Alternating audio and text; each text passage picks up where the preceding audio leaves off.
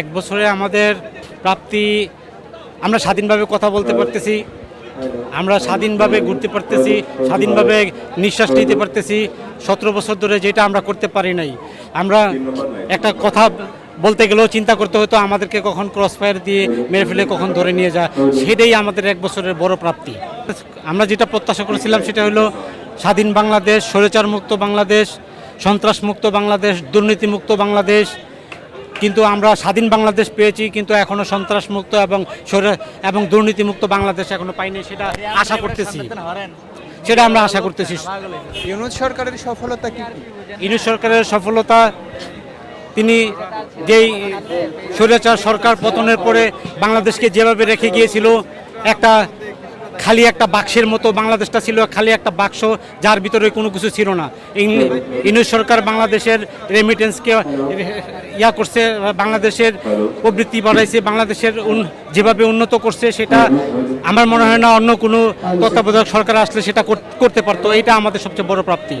ঘোষণাপত্রের জন্যই আমরা সবাই অপেক্ষা।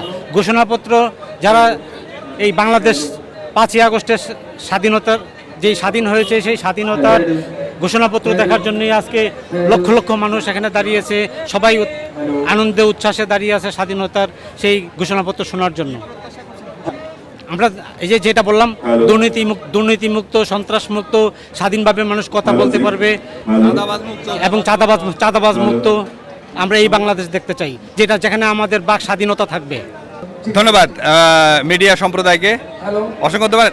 খুনি শেখ হাসিনা পালানোর পরে 1 বছরের মধ্যে 1 নম্বর যেটা পাওয়া গেছে, একটি স্বাধীন রাষ্ট্র যেভাবে পরিচালনা হয় তার একটা প্রক্রিয়াধীন পর্যায়ে পাওয়া গেছে।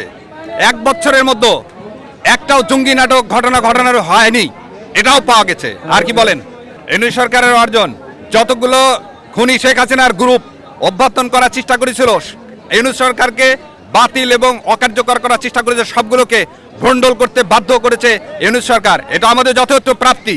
বিশৃঙ্খল একটা রাষ্ট্রের মধ্যে এত বড় পায়তারা করে করে বারবার সশস্ত্র সংগ্রাম, এমনকি মেজর সাদিক যে ঘটনা ঘটাচ্ছে, 5000 তার নিজস্ব সবাই অস্ত্র সহ এদেশে হত্যা করার যে পরিকল্পনা করছিল সেটা বানচাত করতে পারছে। এটাও এই জুলাই সনদ, এই 36 জুলাই এবং 1 বছর পূর্তি, এটা আবার পাওনা। আর কি বলেন? জুলাই ঘোষণাপত্রে আমরা এটা প্রাপ্তি প্রত্যাশা করতেছি।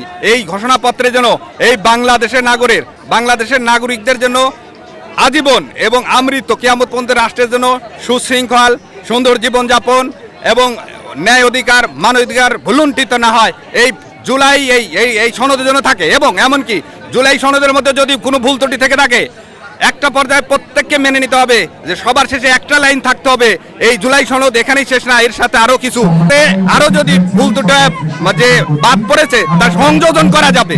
এটা জুলাই সনদে আমার পাওয়া এবং চাওয়া এই 1 বছর পূর্তিতে।